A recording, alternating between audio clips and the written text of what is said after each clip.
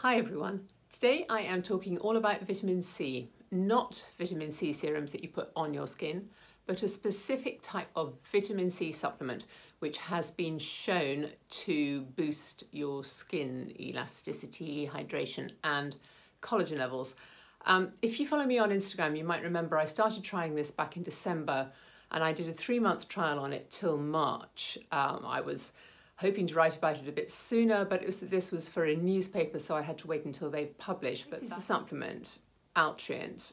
And I guess the first thing I need to say is I'm not being paid to do this. This is not an ad or a sponsored post. The brand got these trials about what their product could do last year. They invited me to try it out for myself. So they gave me a heap of the product to try for 3 months and put me through the various tests. So the first thing you'll want answered is, how on earth does this work? This stuff, I'll have to do a thing separately of showing you how you tear the sachet open, put it in a glass, swill it around and drink it down. It doesn't taste great. It looks a bit like orange snot. I think it was Caroline Harrens who said that rather before I did, but the phrase has stuck with me. She's been a fan of this for a while. And how it works is it's a very special patented form of vitamin C that means it's much more bioavailable to the body. Your body gets much more out of each dose of vitamin C than it does from, for example, a high street brand. I gather you get as little as 10% of what's actually in one of those average high street brands. You get up to 98% of this, and that is because of the special patented formulation where they have wrapped up the vitamin C in liposomes. Liposomes you might know from face creams, where they're used as a delivery system in face creams. What a liposome does is it encapsulates the product, in this case the vitamin C, the active ingredient, in a little bunch of fatty spheres. And that means that rather than it all being disrupted by your stomach acid when you eat it, this vitamin C in the liposomes gets through into your gut, is absorbed by the bloodstream, and your body can use much more of it. But how vitamin C works for your skin is that it provides a vital building block for collagen formation. And as you'll know, we all lose collagen in the skin as we get older. Having a lot of vitamin C can help those fibroblasts that produce the collagen to get going. And this vitamin C really seems to be able to help here. It's tricky because with vitamin C, there's a strong trend that comes out in all the newspapers, in all the health writing, that points out that vitamin C supplements do very little other than create expensive urine. Because our bodies can't store vitamin C, because it's a water-soluble vitamin, we may eat it and it gets flushed out of the body again. But somehow this supplement, which gives you so much of it, seems to have a different result. Also, these doses are quite big. These are 1,000 milligram doses, and you take 3 of them a day. That's what I did for the length of this trial.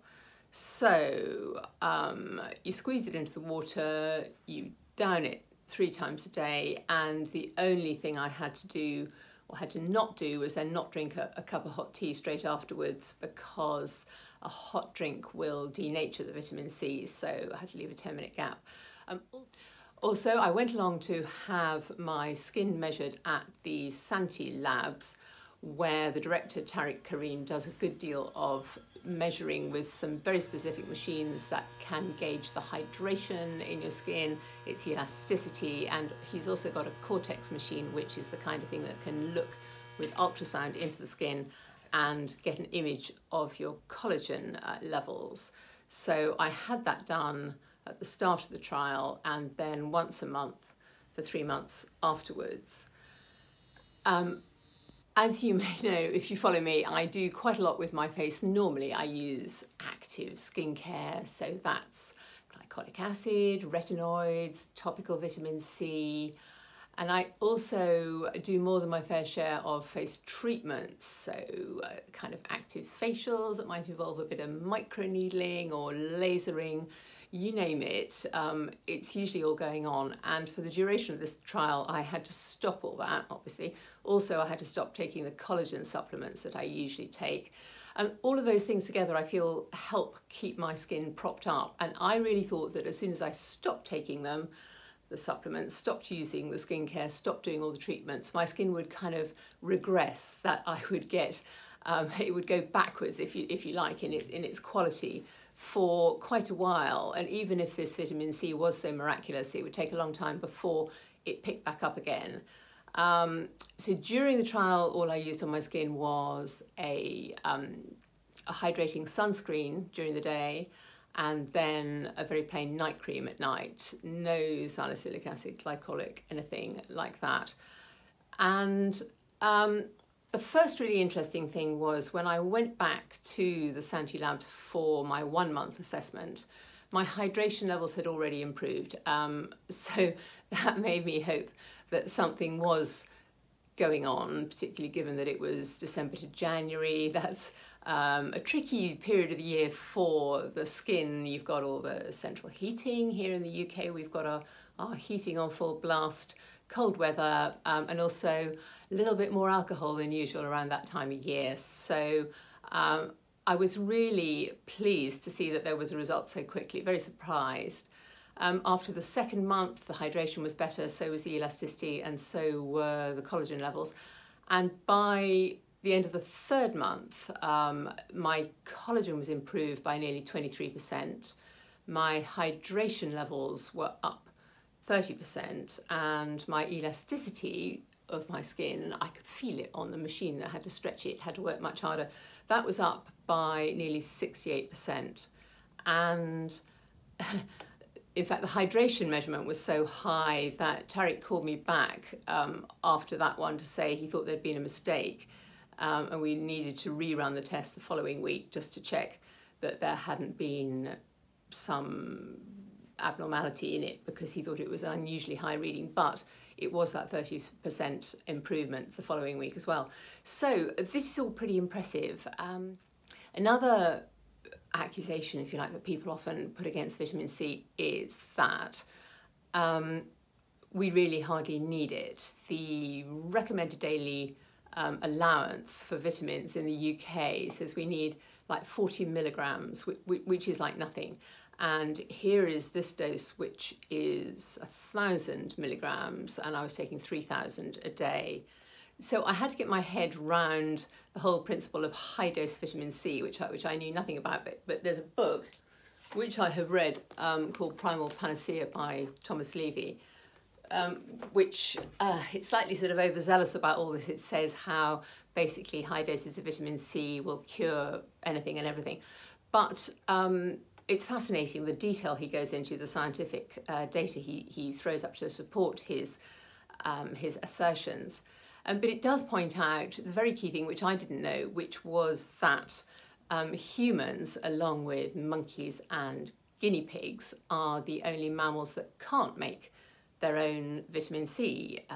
Cats can do it, mice can do it, and they do. And if you're a goat, you make yourself about 13 grams of vitamin C just to get through the normal processes that your body needs in a day.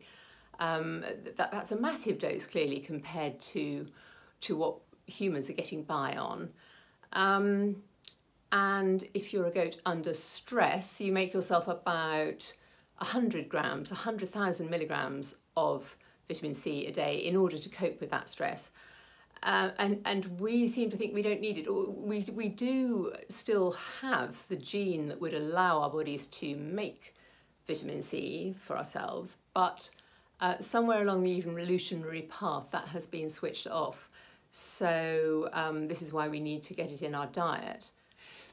So I got great results from this, which was completely thrilling, and I was amazed, frankly, because all I had been doing was taking vitamin C, no extra supportive measures at all. And people have said to me since, is that such a big deal? And you think, well, yeah, it is. I mean, yes, you can get a boost in collagen from taking collagen supplements, but with this vitamin C, you get all the health benefits of it as well. fended off colds to such an impressive degree that half my family has now decided to join me and they take this stuff, and I've been buying it in bulk ever since March. The other half of the family say it's too disgusting and they won't go near it, but that's their loss. And also it's a brilliant alternative to the more active forms of skincare or to procedures and stuff for people who would never go near that. One of my lovely yoga teachers said, you know, would it work for me? And he, yeah, sure it would. And she would never touch microneedling or retinoids or any of that. But she could absolutely get her head around taking vitamin C, and it would benefit her skin, and it would benefit it all over the body. That's another big plus. You know, it's not just your face that benefits. Obviously, it's your forearms, it's your shins. I notice it on my shins because they tend to get very dry. So any improvement in hydration there is a good thing. I haven't said yet, of course, this is not cheap, this vitamin C, this patented stuff. It costs about £40 for a box of 30 sachets. So if you are taking 3 a day, that comes to about £120 a month. I'm now on to a 2 a day maintenance dose, which I kind of think is well worth it. I mean, I have gone back to using all my active skincare and procedures and collagen supplements since then. And why have I not just stuck with the vitamin C? Well, I kind of think it's all about marginal gains in the skincare business. If you find something else that is going to work, I wouldn't rely on that exclusively, but I want to add it into the mix. So I will use the topical skincare, use the supplements, have the procedures, wrap it all up. I feel they're all contributing, and that will all help keep my skin in better shape. So I hope you find that interesting and not too baffling. It's well worth taking a look at vitamin C. As I said before, this is not sponsored, not an ad. I've been hugely impressed by this.